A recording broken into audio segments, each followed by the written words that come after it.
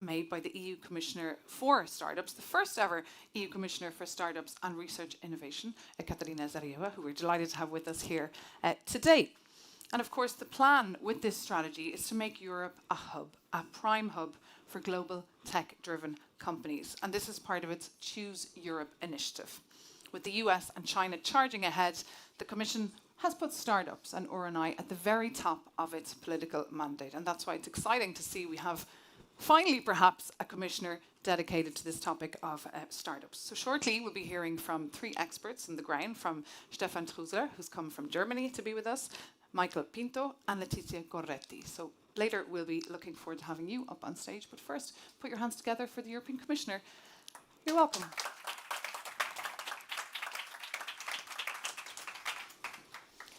Thank you so much for being here. It is an action-packed week for you. It's, of course, the week of the R&I Days, the Research and Innovation Days. So thousands of people are in Brussels as well this week to discuss R&I and also the doubling of the Horizon Europe budget. And you have this job of being the commissioner in charge of startups. How is it going? Is it mission impossible? No, actually, it's fascinating. I really like my job and what me and my team and together with the stakeholders, the startup community, the scientists are doing. And actually, I met Stefan a year ago. It was a bit less, most probably the year ago, I was commissioner designated.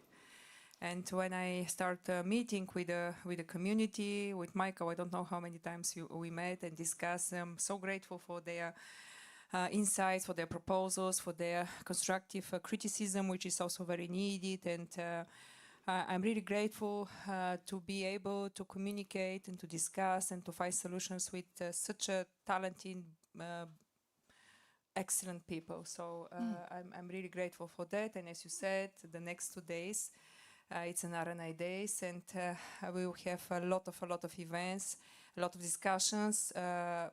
Actually, also reasons for celebrate, because as you said, the Commission is still proposal. Wanted to show that we are serious when we said that we want to make Europe the best continent to do science, to start company, to scale company, to make it global champion, and to stay in Europe. So we wanted to show that we are serious through the budget proposal.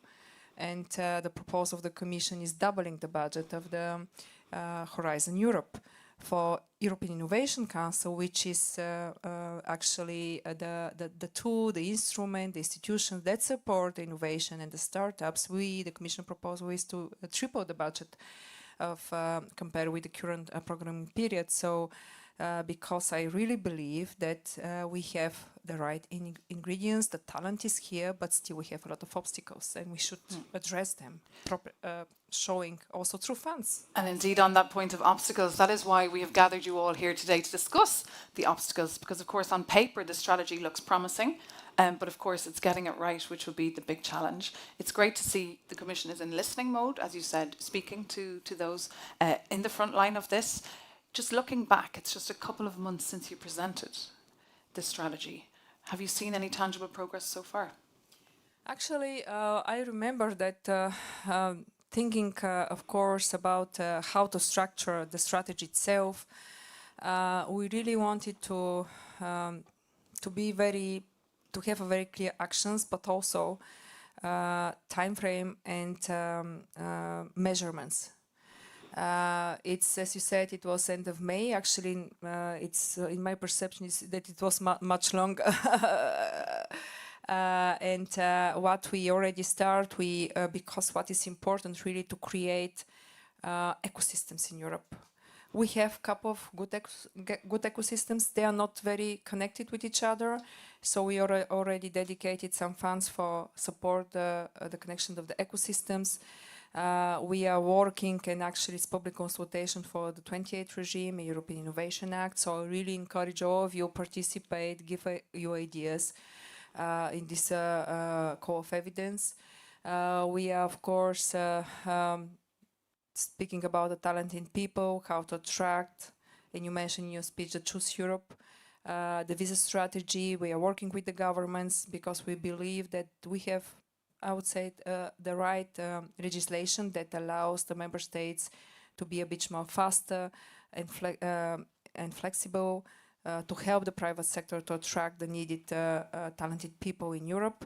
So yeah, we start implementation of the strategy because, in my opinion, it's good strategies. First one, it was very much welcomed by the stakeholders, but without implementation, we will remain just a nice piece of paper. So implementation is everything, actually. Implementation is key, isn't it, in every sector? And you said that you were in touch with the governments, and also in your hearing in the European Parliament, you promised that you would speak to finance ministers and economy ministers and put pressure on them as well to appreciate how important it is to fund and invest in this field. How are you getting on with that? I wouldn't say pressure. I would say to convince them, and I'm sure that and actually speaking with the governments, with the ministers on different occasions, always heard from them, yeah, this is good. We are going to support it. And they are welcoming, actually, if you after the reactions of the proposal of the Commission for the MFF, for the budget, the 27 member states actually, on the next day, we were in Copenhagen of the informal council of the ministers, and they were really much welcoming the proposal of the Commission. So we'll see what happened in the European Council and during this process of a year and a half. But I think this is ways to convince the finance minister and the prime ministers that they should support doubling the budget of Horizon. It's really through showing actually what Horizon Europe is doing for their citizens and for the voters. Because I believe that every government in Europe realize how important is innovation for Europe and how important is to actually to support the startup community, to scale in Europe, because we have very vibrant startup community, but scale is a problem. And they realize that, I'm convinced, that every startup that is leaving European continent is big loss for European citizens and for European competitiveness. I know that sometimes it's a bit complicated to agree why to give more money for one Brussels-led centralized program. It's much more easy to show to your citizens the road, the hospital which is renovated, instead of investing 20, 30 years in fundamental science. But without fundamental science, we are not going to have these innovations. So I see more and more governments who put as one of the first priorities in their programs boosting research innovation. And you mentioned the 28 regime. That was also alluded to last week in Strasbourg by the European Commission's State of the Union speech. That's something the sector will really welcome. So just looking ahead perhaps to this time next year, if we're all gathering here, what one thing would you like to have done and actually been able to tick off your to-do list for this mandate? Or more than one? Okay, one on innovation, but it actually is in general. Really, I think I wanted at the end of the mandate, when I meet the private sector, to tell me, look, it's much more easier, faster, cheaper to start and to scale business, and also to deploy in neighboring member states. So we are finally single market. Because what are the private sector telling you now? I know that you've been out and about a lot talking to them. What are the biggest complaints that you're hearing? Fragmentation, and that's why it's so difficult, more expensive compared with our main competitors to scale in Europe because of fragmentation, and we have different rules. And of course, this fragmentation leads to less access to finance compared with our main competitors. So that's why we are so focusing. And actually, I forgot to say something that is really will be a game changer, I believe, for European startup and scale-ups. It's the Scaleup Europe Fund that was announced first in the strategy, and we are working very intensively in my team with the private sector.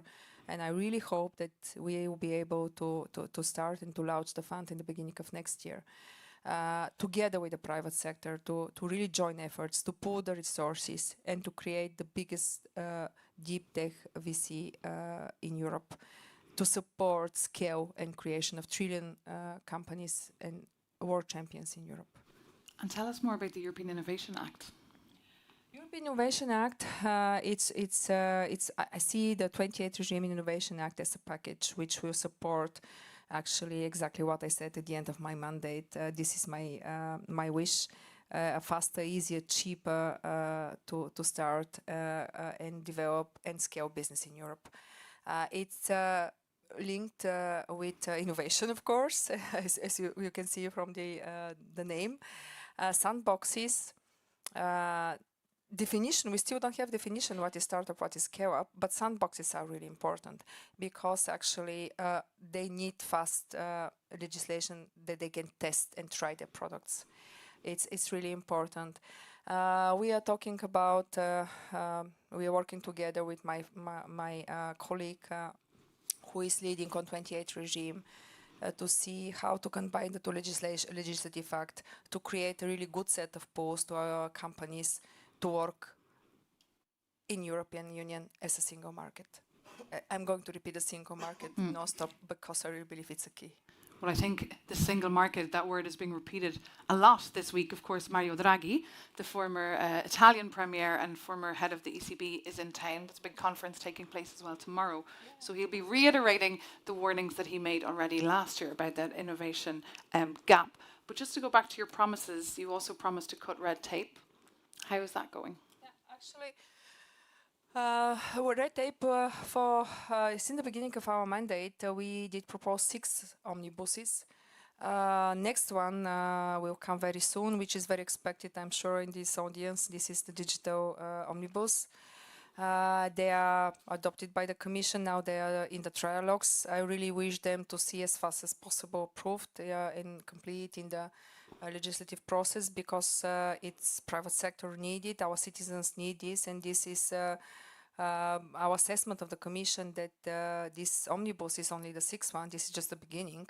It is going to cut by 8 billion per year for the private sector. The costs, 8 billion, is a lot. So we are continuing with this. We are not stopping with this with these 6 omnibuses. What I'm doing, it's of course trying to simplify the program as much as possible. We are not going to wait for the next to come. Try to do whatever is possible in this one. Actually, tomorrow I'm going to have this implementation dialogue, speaking with stakeholders, with the beneficiaries, the participants, what we can do more. So we are cutting the red tape in the program already in 25, more to be expected in 26, 27. So which is also very important because with a success rate of 15%, that's enormous burden for the applicants who didn't succeed because it's very time consuming, costly, and we really hope that they will see this in next year even more. And I really hope to receive support for that because, you know, almost every government, I have been in a couple of governments, start with simplification, and I really hope at the end of the simplification process we really to end with most simple procedures, because sometimes no matter the good intentions during the legislative process something happened and we didn't end with simpler procedures in practice. So that's why we want to consult with the stakeholders, with the beneficiaries, because we think sometimes it's simpler, but on practice it's not. So we should really make this impact assessment and ask them. And all the co-legislators should this impact assessments, because in Commission we're doing it. So this is very important. All the co-legislators, when they propose amendments in our act, they should also think, is it this in the direction of simplifying and helping our private sector? Of course, we want to achieve the transitions, digital and green. To achieve these transitions, we really need competitive private sector. And to preserve the European way of life, we really need a vibrant, competitive private sector, because they are paying for everything. For our social system, for our health system, for our good education, for our good infrastructure. So it's so important. And that's all at stake now, isn't it? But it's interesting how you've swapped roles. Is it more frustrating now in your position? Frustrating? What do you mean? As in, like, before you were in a government, you were a minister, kind of giving out about Brussels, and now you've swapped. You're like giving out about member states. No, I'm not. No. I really believe that pointing a finger, Noah said when you point finger, actually 3 are pointing you. So be careful when you point fingers. Don't point. So I never, never complained when I was a minister of Brussels said this, because the council is Brussels. We, all the member states are Brussels, and I really believe that we are a team with the parliament, with the council, and we should join efforts to achieve our goals. Well, let's see how that team works over the next 2 years when they're negotiating on that budget. I think it will be torturous if you look at the political sphere across the EU, with Germany already having said the budget is too big, and France obviously pretty broke. But we will come back to that in the next 2 years. A lot, of course, to get through. Commissioner, stay with us, please, here on set while we invite up our experts that I alluded to earlier, who will bring in some reactions to what you've said today and, of course, to that startup and scale-up strategy. So in no particular order, I would like to bring up on stage Letizia Gorretti. She's the CEO of Alia Therapeutics. That's the first Italian gene editing company. Welcome. And we also have Stefan Trusler, CEO and Managing Director of RISE and Unternehmertum, where he leads a team of 400 people. You're welcome. Great to have you in Brussels. And last but not least, Michael Pinto, Managing Director of Circular Materials. That's a deep tech scale-up focused on the efficient recovery and valorization of critical raw materials trapped in industrial waste streams. You can take a seat there beside me. Welcome to Brussels. Welcome to Euronews. We're thrilled to have you here to discuss now this idea of bridging vision and reality.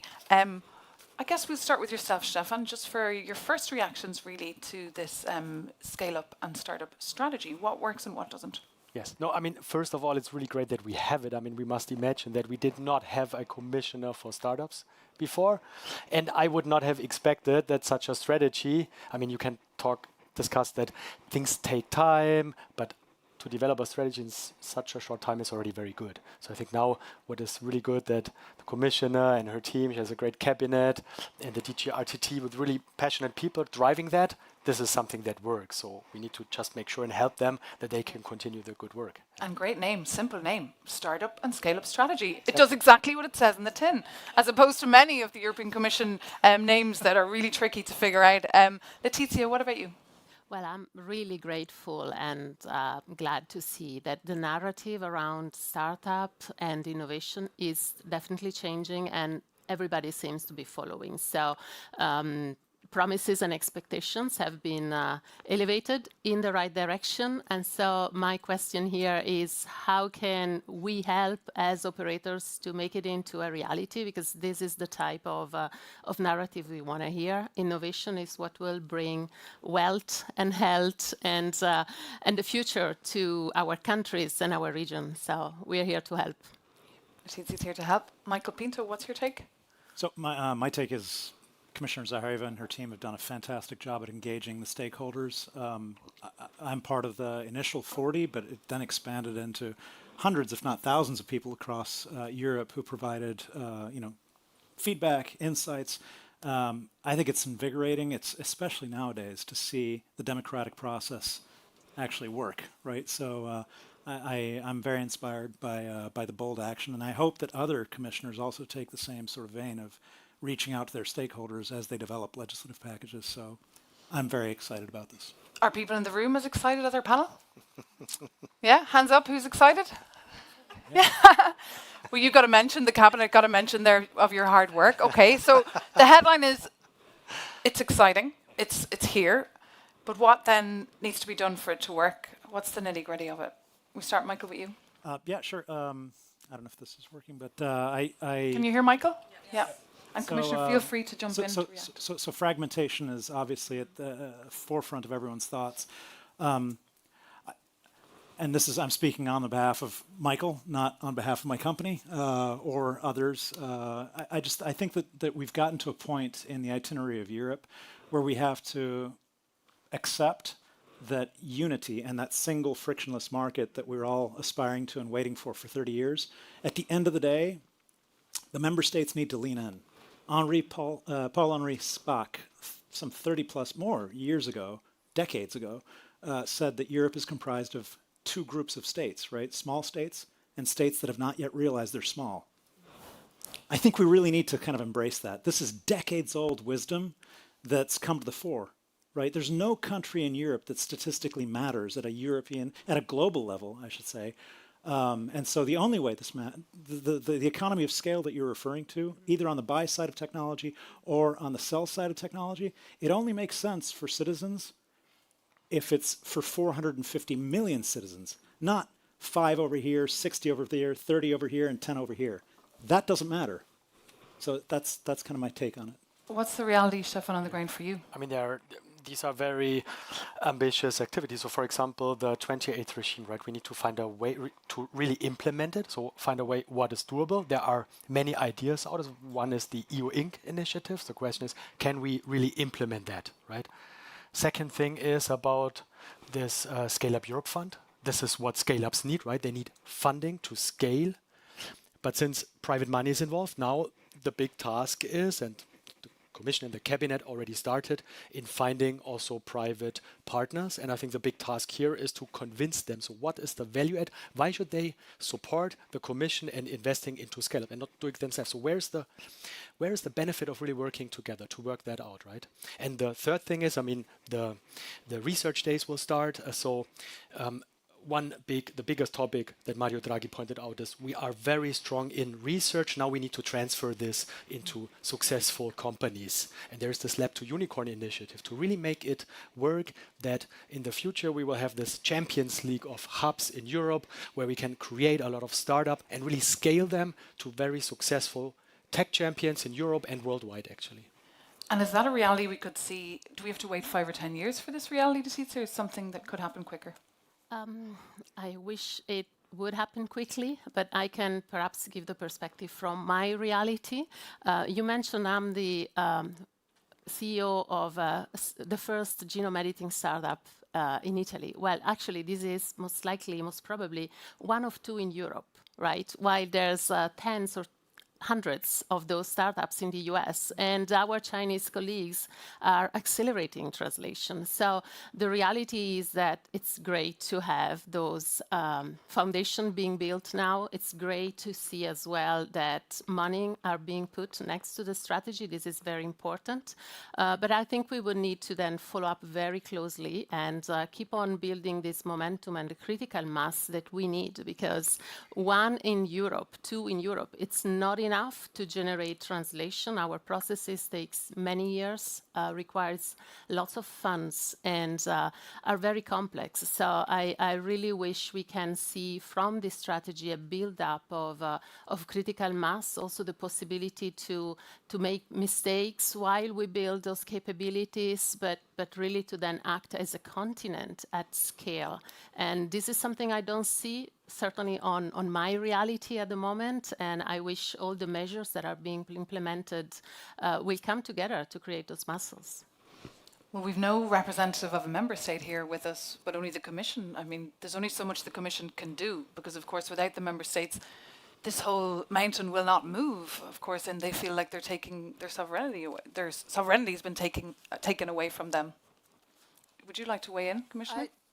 First of all, thank for your really kind words for my team, mainly because I'm very grateful for the fact that for very short period, really, I see the creation of the people who understand the core of this task force, startup task force, and they're very, very focused and devoted to implement the strategy together, of course, in support of the stakeholders. Sometimes it's a lot of discussions in Europe. Is the Commission trying to take sovereignty and of the member states? But actually, we have a really very, very clear treaties, and nobody actually is opposing of completion of the single market. The question is how, and this is always the discussion in the council. So that's why we come up with this proposal of the 28th regime. Sometimes it's difficult, and I'm not blaming the member states. Don't understand me wrong. To convince them to change their long decades, hundreds of years sometimes, tradition of doing the things like that, because there's tradition. Especially judiciary system sometimes is very,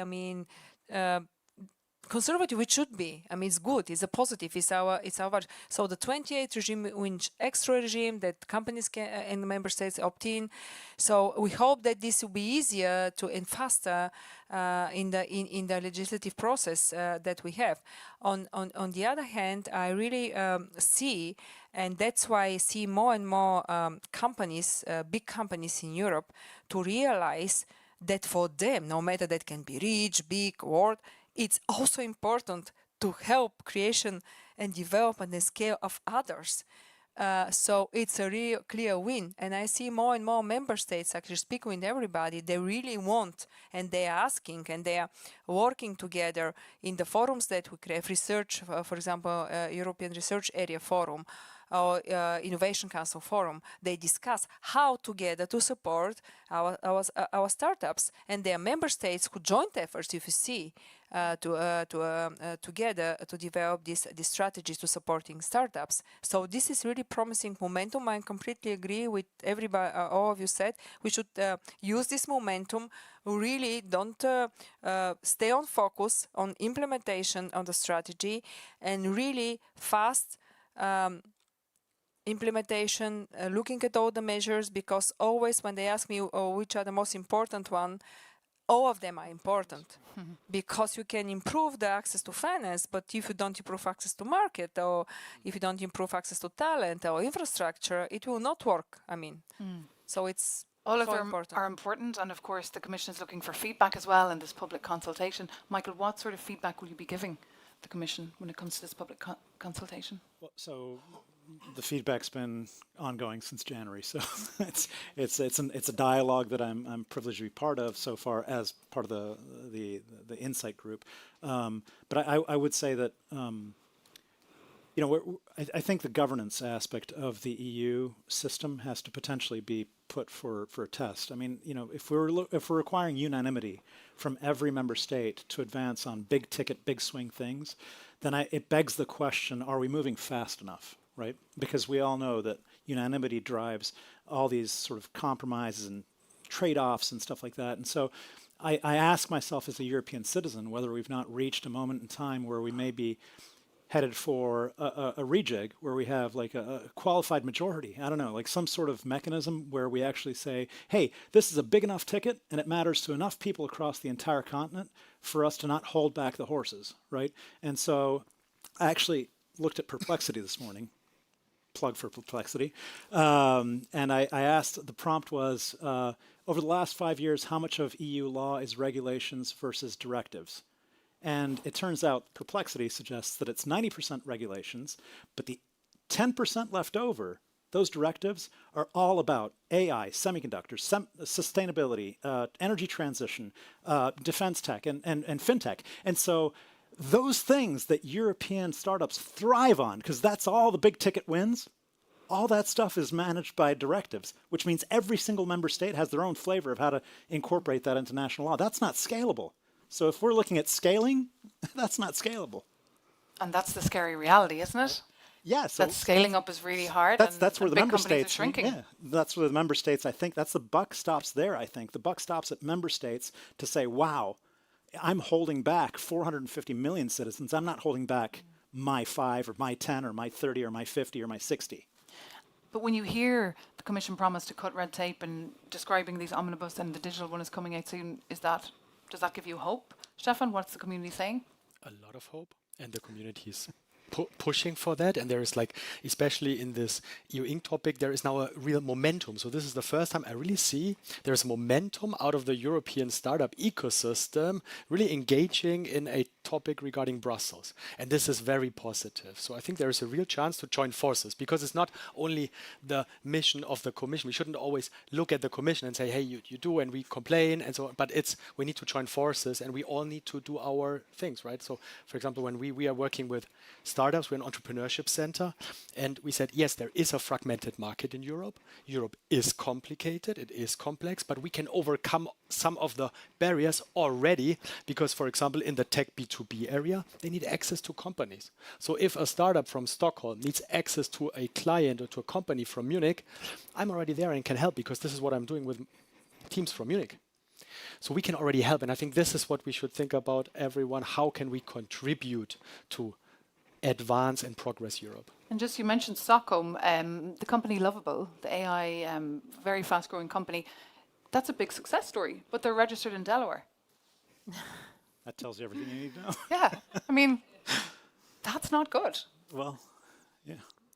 You go where the investors and where the capital is, right? So investors flock to where certainty lies, right? So if the more uncertainty, the more complicated the landscape, the more you're going to have reservations about investing. And I sat down recently with David Petraeus. He's from the KOR investment company in New York, and he said that very point. I said to him, how is the US doing? Because it looks pretty bad from the Brussels perspective. And he said, we're doing great because tech is absolutely flying. And then he proceeded to criticize our regime or our thing, exactly what we're hearing today in the panel. But Letizia, just coming back to you, what about when it comes to getting talent here and retaining talent? Is that a challenge you're facing? Thank you for the question. I think it is a challenge, and it is something when I hear about the 28 regime, I hope that can also apply to the talent market. I think it would be extremely important. What I see in my reality, the early development, the beginning of the startup, is that we do have a lot of talent, especially the highly skilled, and also a lot of talent in academia skilled in the basic research. What we miss is those dual citizens or dual language talent that can also speak business and entrepreneurship.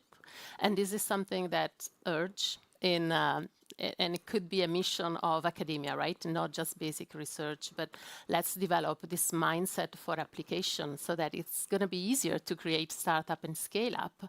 And then the other thing is the mobility of talent. I come and I operate in Italy now, and I find it very difficult because of, again, fragmentation and diversity of legislation to move talents around. While obviously in Europe, we cannot expect to have the Boston-like or the San Francisco-like environment where everything is grouped. So we need to create ways to let talent move into beautiful different parts of Europe where the opportunity arises. And there's a lot of roadblocks to that. Commissioner? Just to we'll start with where Letizia ended. It's not exactly linked with the startup and scale-up strategy, but actually because of the most important for startup to start is the talent. I mean, everything starts with talent. This is a proposal that will come later, the end of the next year, which is European Research Area Act, exactly to allow the free movement of talent across the continent. Which will also help the talented people to stay in Europe. And I also really agree joining efforts, because sometimes it's even not a matter of some big piece of legislation, some small changes, even in the delegated acts, in the rules, can change a lot. It's very important point that Michael was making about directives and regulations. So that's why since years, Commission started a couple of years to propose on regulation. I know that a lot of you are complaining about the AI Act, for example, BITS regulation. If it was directive, which is the other things that is so linked with AI, and this is the directive linked with the data, actually I hear much more complaints about GDPR, because we have 27 different regimes.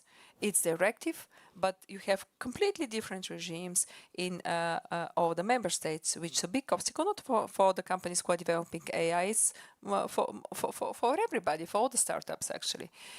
So the harmonization through the regulations, which are proposed by the Commission. I am agree about the process. It's so important. The democratic process is a bit more slower, but it doesn't mean that it should be not efficient.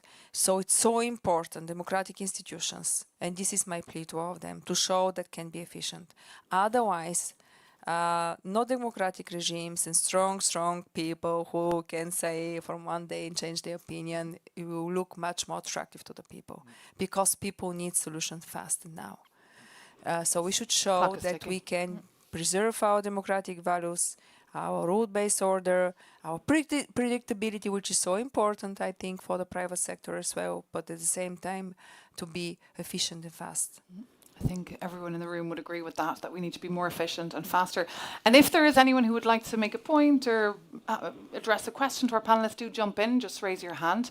And while you think of your question, I'll just jump on our two men as well here on the panel on that topic of talent. Talent. So in the world of startups, talent, well, you know, you need to make it attractive, right, as an employee value proposition. And the most tenable, sort of easy to understand element of working in a startup is the upside. That's why people join startups, right? Because they want to be part of that success story and the asymmetric growth and ultimately the shares that go with it. And so in the world of startups, there's a thing called the Employee Share Option Program, ESOP. And today, if I hire talent in France and I hire talent in Spain and I hire talent in Italy, for the same exact position, when I'm discussing an ESOP offer, that conversation's wildly different for no fault of those candidates. It's because the taxing system that they happen to live in, right? Oh, that's another conversation then, harmonization of tax. But sorry. We plan to propose this in the Innovation Act, which is really important. Great. So At least harmonizing the rules, not the percent of the taxation, but they are absolutely different. And I think that's fantastic, Yeah. right? That's a huge step in the right direction. Do people agree? Raise a hand. Yeah? Majority agrees, yeah? Any questions at this stage, yeah? Ricardo? Just wait till you get the microphone and just present your name. Hi, hello? Yeah. Yeah. Hi, my name is Ricardo Marvão from BTI. I'm taking the cue from what Stefan was saying that, for instance, if a startup wants to meet a corporate, they can introduce, and this is a way also to do business. And I believe that there is an opportunity to do a lot more business in Europe, making sure that corporates work with more startups, mature startups, scale-ups. And I wonder what the Commission is thinking about this, so that more of these corporate players work with these mature startups and do actual business. Because if there's clients for these startups, they will stay in Europe, they'll do more business in Europe. It's a really good question, I believe, and what we are doing, it's a lot of there are measures in the strategy, but I don't want to repeat because I know that you read it. What is important to of course to use the instruments that we have, and I'm really thinking how to strengthen the startup element in the Horizon Pillar 2, which is collaborative research, which means that traditional industries with academia, they're joining efforts to find solution on their problems, to make them more competitive. It's pre-commercial cooperation, which is unique for Europe. I mean, competitors meet and work together with the scientists to find solutions, and then, of course, to develop. So we should engage more with the startups here, because I hear complaints from some of the startups that I meet that even the companies and industries in their consortium, in one of the projects, they're not their clients. So this is something that we should really work together with the traditional industries, and they are very much interested in. So I meet them a lot. They're absolutely in favor to do it, and I really am working when we draft the programs for the next MFF, really to put this special focus as a must. But also the governments and the Commission should also lead by example as well.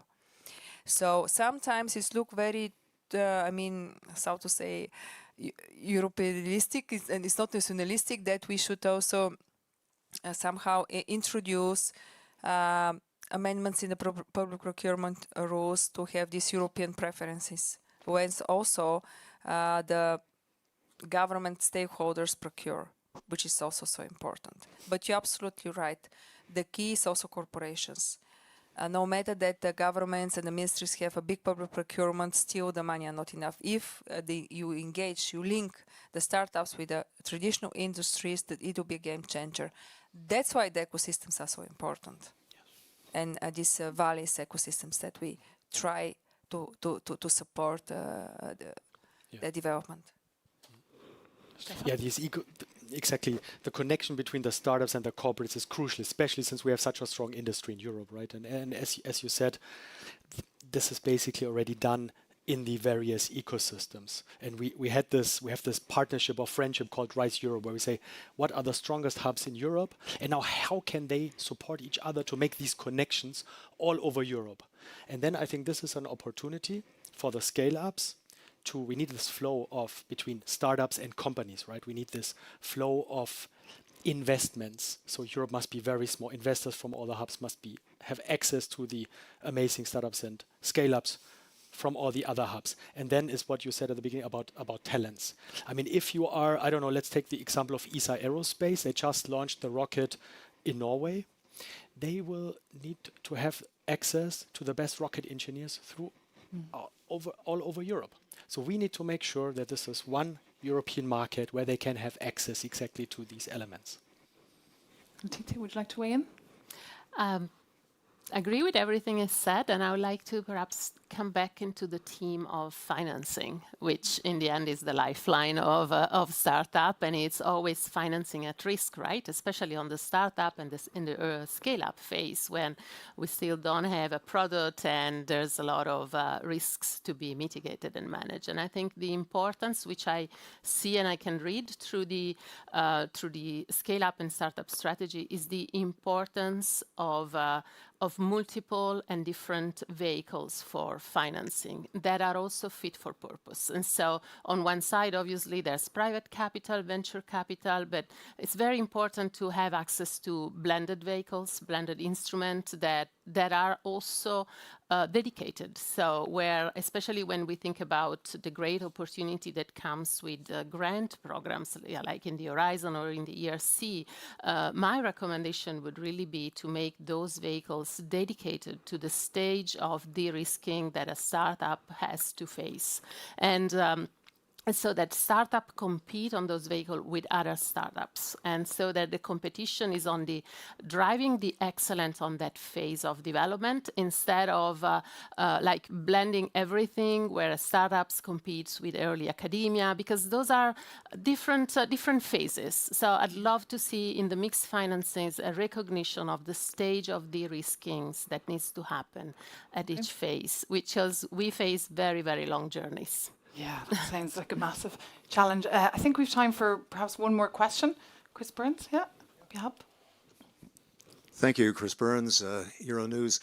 On that very note about access to capital, how much has InvestEU helped relieve that aspect? Because InvestEU over 21 to 2027 is something like 45 billion seed money, but is supposed to grow to something like 650 billion in total investment if that would be sort of stimulated from that seed money. How well is that working so far? Because we have another 2 years with that to relieve that issue of access to capital.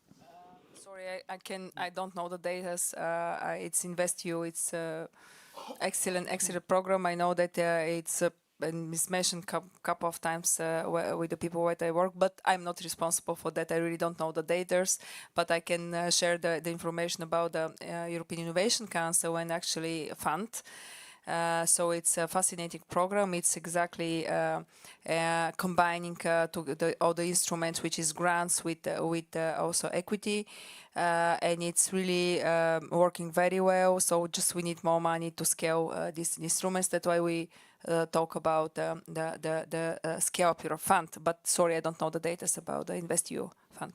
No worries. Thanks for your question and thank you for your answer. Perhaps just one brief final question to the panelists. If our viewers today are watching and they have a great idea and they want to stay in Europe, but they're worried and they're being attracted elsewhere, what would be your message to them to stay and take that risk? Michael. Good. I'm first. Yes. So zero time to reflect. Okay. So I think. Look, I would say the economic engine that we all thrive. So you mentioned European lifestyle, right? So all the principles that make up European life today, the healthcare, the education, all the things that we love dearly, they're all upheld by some engine of economic growth. And I think longer the past are the days where a handful of corporations could actually uphold 450 million citizens living like that. And so it behooves all of us right now to lean in. I look at 45-year-olds who are scratching their head and saying, oh, there's going to be a restructuring and I'll lose my job. I look at that and I smile. I'm like, great, one more brain to put into the whole startup and scale-up universe, right? So I think we've gotten to a point where we need to absolutely multi-generationally lean in and start inventing the future. And that takes grit, tenacity, patience, but it also takes, you know, these animated conversations between us as Europeans. So go, go, go. Yeah, very inspiring. Letizia? I would say take pride on being in Europe and doing it from Europe. It's not perfect.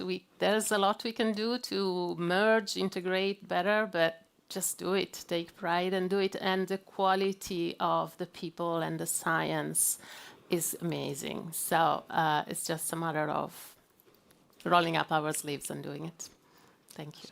Yes, there are many opportunities in Europe that you can leverage, but actually I never really get that question because I talk to many founders, and it's not like that they're really, they're saying, they always say, I want to stay in Europe. That's the thing, they want to stay in Europe. So let's all work on making the framework better, advancing Europe. There are so many opportunities. I think we have this momentum. Let's keep working on it because it's a long-term game, right? As we said, we need more investment, so we need more successful startups and successful scale-ups, and then companies will work with them, and then this will create more opportunities. So let's really continue what we have started. And there are so many great examples of successful companies, right? Letizia and Michael are here on stage, right? We need to talk about these successful companies, showcase them, and then there are so many opportunities.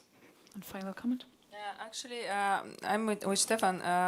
Of course, the people are free; they can choose to leave Europe. But actually, I hear more the other questions. I really Europe is the best place, the European Union, to live. So we are really determined, the Commission, and we are working very hard, really, to be also the best place to scale company. And I believe it will happen. The best educated continent, the best place for live, excellent people, as Letizia was saying. And I heard a lot of companies who left Europe and they back. And if they, sometimes they tell me, ask me why we are back. And I say, why you're back? Because of the talented people, because of the way of life, because we have excellent scientists. I mean, and that's why the team, I mean, you always, to be successful, need to be surrounded by good people. And we have these people in Europe. And we have an excellent audience as well, so thank you so much to them. Thank you so much for being with us. On that positive note, we can bring this conversation to a close. Thank you so much, Commissioner, for being with us. Thank you so much, Michael, Letizia and Stefan. Keep in touch and see you soon here on Euronews. Thank you. Thank you so much.